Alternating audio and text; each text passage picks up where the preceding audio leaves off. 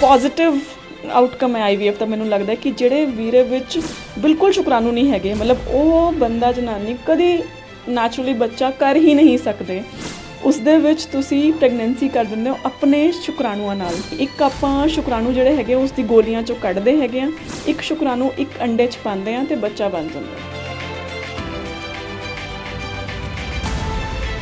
Mails ਦੀ ਆਪਾਂ ਗੱਲ ਕਰਾਂਗੇ ਕਿ ਮੇਲਸ ਦੇ ਵਿੱਚ ਕਿਹੜੀਆਂ ਪ੍ਰੋਬਲਮਸ ਆਉਂਦੀਆਂ। ਜੇ ਆਪਾਂ ਪੂਰੇ ਇੰਡੀਆ ਦਾ ਮੰਨਣਾ ਚਾਹੀਏ ਤਾਂ ਆਲਮੋਸਟ 8 ਤੋਂ 10 ਬਿਲੀਅਨ ਪੇਸ਼ੈਂਟਸ ਹੈਗੇ ਆ ਜਿਨ੍ਹਾਂ ਨੂੰ ਪ੍ਰੈਗਨੈਂਸੀ ਲੱਗਣ ਦੀ ਦਿੱਕਤ ਸਿਰਫ ਮੇਲ ਦੀ ਪ੍ਰੋਬਲਮ ਦੀ ਵਜ੍ਹਾ ਤੋਂ।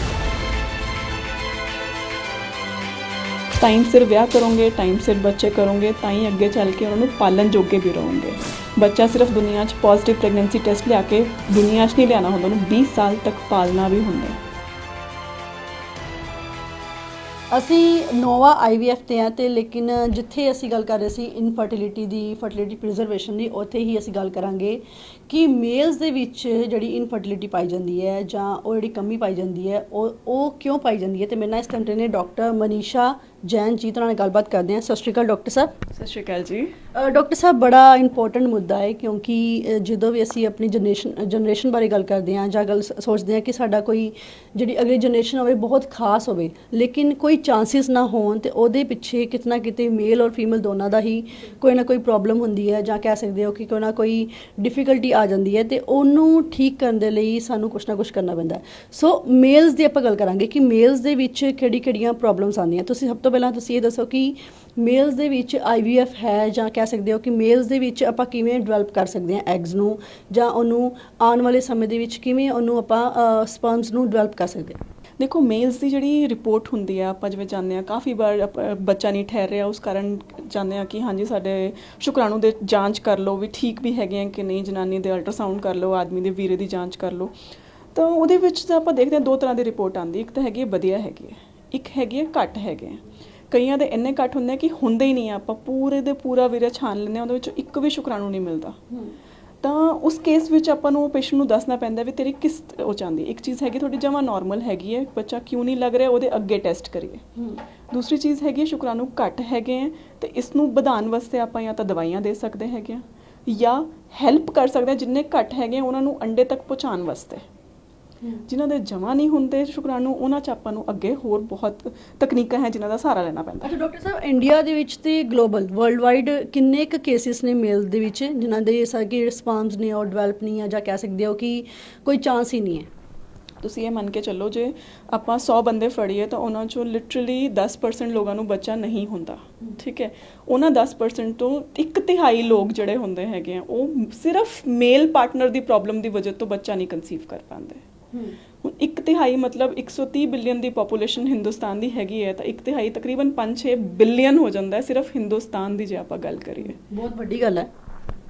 ਦੂਸਰੀ ਗੱਲ, ਕੁਝ ਐਸੇ ਪੇਸ਼ੈਂਟਸ ਹੁੰਦੇ ਜਿਵੇਂ ਆਪਾਂ ਨੇ ਪਹਿਲਾਂ ਗੱਲ ਕੀਤੀ ਕਿ ਥੋੜ੍ਹੇ ਜਿਹੇ ਘੱਟ ਹੈਗੇ ਆ ਸ਼ੁਕਰਾਣੂ, ਉਹ ਥੋੜ੍ਹੇ ਜਿਹੇ ਘੱਟ ਹੈਗੇ ਆ, ਨਾਲ ਵਾਈਫ ਦੀ ਮਾੜੀ ਜਿਹੀ ਦਿੱਕਤ ਹੈਗੀ, ਇਹ ਸਭ ਕੁਝ ਮਿਲਾ ਜੁਲਾ ਕੇ ਵੀ 1/3 ਹੋਰ ਪੇਸ਼ੈਂਟਸ ਹੈਗੇ ਜਿਨ੍ਹਾਂ ਵਿੱਚ ਮੇਲ ਦੀ ਐਟਲੀਸਟ ਕੰਟਰੀਬਿਊਸ਼ਨ ਹੈਗੀ ਹੈ। ਰਾਈਟ, ਦਿਸ ਇਜ਼ ਹਾਊ ਆਪਾਂ ਕਹਿ ਕੇ ਮੰਨ ਸਕਦੇ ਹਾਂ ਜੇ ਆਪਾਂ ਪੂਰੇ ਇੰਡੀਆ ਦਾ ਮੰਨਣਾ ਚਾਹੀਏ ਤਾਂ ਆਲਮੋਸਟ 8 ਤੋਂ 10 ਬਿਲੀਅਨ ਪੇਸ਼ੈਂਟਸ ਹੈਗੇ ਆ ਜਿਨ੍ਹਾਂ ਨੂੰ ਪ੍ਰੈਗਨੈਂਸੀ ਲੱਗਣ ਦੀ ਦਿੱਕਤ ਸਿਰਫ ਮੇਲ ਦੀ ਪ੍ਰੋਬਲਮ ਦੀ ਵਜ੍ਹਾ ਤੋਂ। ਡਾਕਟਰ ਸਾਹਿਬ, ਇਹ ਜਿਹੜੀ ਪ੍ਰੋਬਲਮ ਆਉਂਦੀ ਮੇਲਸ ਦੇ ਵਿੱਚ, ਕੀ ਇਹ ਏਜ ਦੇ ਕਰਕੇ ਹੈ ਜਾਂ ਕਹਿ ਸਕਦੇ ਹੋ ਕਿ ਤੁਸੀਂ ਥੋੜ੍ਹਾ ਡਿਲੇ ਦੇ ਵਿੱਚ ਆਪਣੀ ਮੈਰਿਜ ਕਰਦੇ ਹੋ ਇਸ ਕਰਕੇ ਹੈ, ਜਾਂ ਇਹ ਕਹਿ ਸਕਦੇ ਹੋ ਕਿ ਯੂਥ ਵਿੱਚ ਵੀ ਹੈ ਇਹ ਚੀਜ਼? ਬਿਲਕੁਲ, ਇਹ ਆਪਾਂ ਪੰਜਾਬ 'ਚ ਤਾਂ ਸਪੈਸ਼ਲੀ ਜ਼ਰੂਰਤ ਹੈ ਇਸ ਬਾਰੇ ਗੱਲ ਕਰਨ ਦੀ।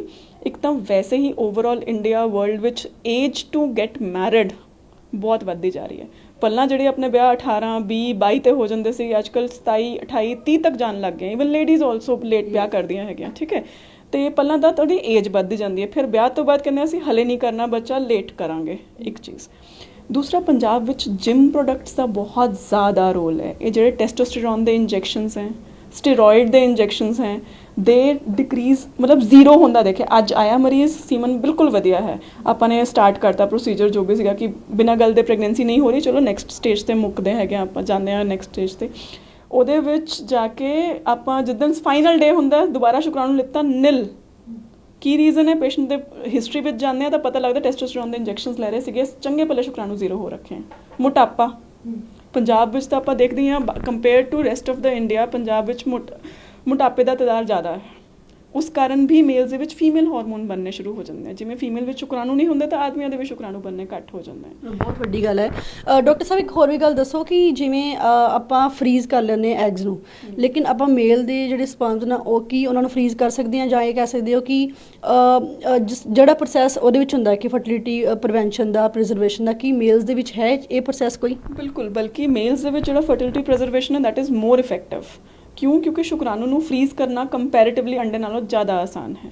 ਇਨਫੈਕਟ ਜਿਹੜੇ ਡੋਨਰ ਸੀਮਨ ਆਪਾਂ ਕਰਦੇ ਹੈਗੇ ਆ, ਡੋਨਰ ਸੀਮਨ ਦੇ ਵਿੱਚ ਕਾਫੀ ਕਾਮਨਲੀ ਜਿਹੜੇ ਸਪਰਮਸ ਹੁੰਦੇ ਉਹ ਫਰੋਜ਼ਨ ਹੀ ਆਉਂਦੇ ਹੈ। ਉਹਨਾਂ ਨੂੰ ਆਪਾਂ ਗਰਮ ਕਰਦੇ ਹਾਂ, ਇੱਕ ਆਮ ਭਾਸ਼ਾ 'ਚ ਗੱਲ ਕਰੀਏ, ਗਰਮ ਕਰਕੇ ਉਸ ਨੂੰ ਆਪਾਂ ਵਜਾਈਨਾ 'ਚ ਪਾ ਦਿੰਦੇ ਹਾਂ and they are as good as routine sperms.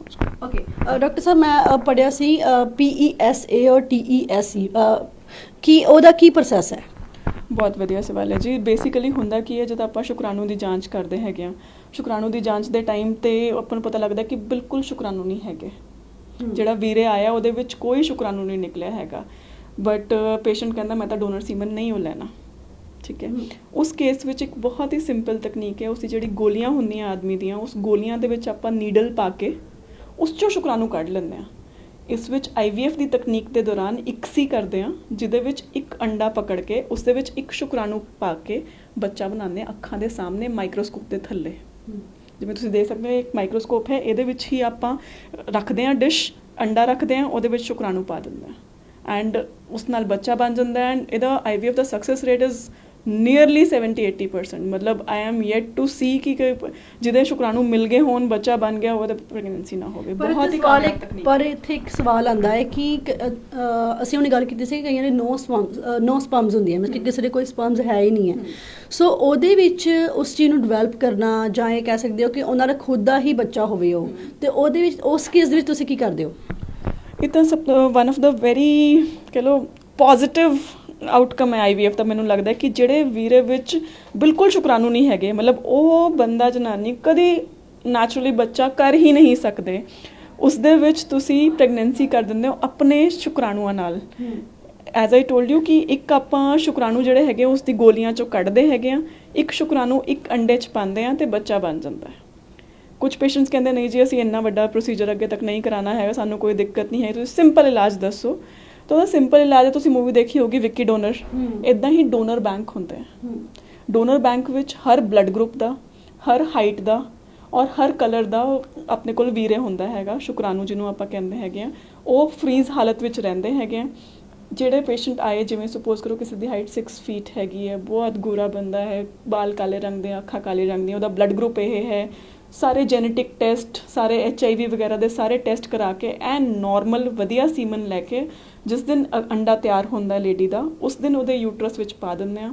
Very simple technique, 3 ਜਾਂ 4 ਵਿਜ਼ਿਟਸ ਲੱਗਦੀਆਂ ਹਸਪੀਟਲ ਵਿੱਚ ਔਰ ਯੂਜੂਅਲੀ ਇਹ ਪੇਸ਼ੈਂਟ ਫਸਟ ਜਾਂ ਸੈਕੰਡ ਸਾਈਕਲ 'ਚ ਕਨਸੀਵ ਕਰ। ਅੱਛਾ, ਇੱਥੇ ਇੱਕ ਹੋਰ ਕੁਐਸਚਨ ਅਰਾਈਜ਼ ਹੁੰਦਾ ਹੈ ਕਿ ਕਿਸੇ ਵਿੱਚ ਥੋੜੇ ਜਿਹੇ ਚਾਂਸਿਸ ਹੈ ਕਿ ਅਸੀਂ ਉਹਦੇ ਸਪਰਮਸ ਨੂੰ ਇਨਕਰੀਜ਼ ਕਰ ਸਕਦੇ ਹਾਂ, ਕੀ ਇਹੋ ਜਿਹੀ ਕੋਈ ਟੈਕਨੀਕ ਹੈ ਕਿ ਉਹਨਾਂ ਸਪਰਮ ਨੂੰ ਇਨਕਰੀਜ਼ ਕੀਤਾ ਜਾਏ ਅਤੇ ਉਹ ਨੈਚੁਰਲ ਫਾਰਮ ਦੇ ਵਿੱਚ ਉਹਨਾਂ ਦਾ ਬੇਬੀ ਹੋਏ? ਬਿਲਕੁਲ, ਇਹਦੇ ਵਿੱਚ ਕੀ ਰਹਿੰਦਾ ਹੈਗਾ ਕਿ ਜਿਵੇਂ ਹੁਣ ਆਪਾਂ ਨੇ ਸੀਮਨ ਦੀ ਰਿਪੋਰਟ ਦੇਖੀ, ਥੋੜ੍ਹੇ ਜਿਹੇ ਘੱਟ ਹੈ, ਥੋੜ੍ਹੇ ਜਿਹੇ ਘੱਟ ਬਹੁਤ ਤਰੀਕੇ ਦਾ ਹੁੰਦਾ। ਇੱਕ ਤਾਂ ਨੰਬਰ ਘੱਟ ਹੈ, ਦੂਸਰਾ ਉਹ ਸ਼ੁਕਰਾਣੂ ਹਿਲਦੇ ਘੱਟ ਹੈ। ਮੋਟਿਲਿਟੀ ਬਹੁਤ ਕਾਮਨਲੀ ਯੂਜ਼ ਕੀਤਾ ਜਾਂਦਾ ਉਹਦੇ ਵਾਸਤੇ ਵਰਡ। ਦੋਨਾਂ ਚੀਜ਼ਾਂ ਦੇ ਅਲੱਗ-ਅਲੱਗ ਦਵਾਈਆਂ ਹੈ, ਨੰਬਰ ਵੀ ਵਧਾ ਸਕਦੇ ਹਾਂ ਦਵਾਈਆਂ ਨਾਲ ਔਰ ਉਹਦੀ ਮੋਟਿਲਿਟੀ ਵੀ ਵਧਾ ਸਕਦੇ ਹਾਂ। ਜਿਹੜੀ ਪ੍ਰੋਬਲਮ ਹੈ ਬੇਸਿਕਲੀ ਐਕਸਪੀਰੀਅੰਸ ਹੈ। ਤੁਸੀਂ ਦੇਖਣਾ ਹੈਗਾ ਕਿ ਇਹ ਰਿਪੋਰਟ ਮੇਰੇ ਸਾਹਮਣੇ ਹੈ, ਮੇਰੇ ਐਕਸਪੀਰੀਅੰਸ ਦੇ ਹਿਸਾਬ ਨਾਲ ਇਸ ਨੂੰ ਇਹ ਦਵਾਈ ਸੂਟ ਕਰੇਗੀ। ਮੀਨਸ ਤੁਸੀਂ ਇਹਨੂੰ ਨੈਚੁਰਲ ਫਾਰਮ ਦੇ ਵਿੱਚ ਵੀ ਡਿਵੈਲਪ ਕਰ ਸਕਦੇ ਹੋ, ਰਾਈਟ? ਬਿਲਕੁਲ, ਨੈਚੁਰਲ ਫਾਰਮਸ ਦੇ ਨਾਲ ਇਹ ਪੇਸ਼ੈਂਟਸ ਨੂੰ ਆਪਾਂ 3 ਮਹੀਨੇ ਦੀ ਦਵਾਈ ਦਿੰਦੇ ਹਾਂ, ਦੇ ਗੋ ਹੋਮ।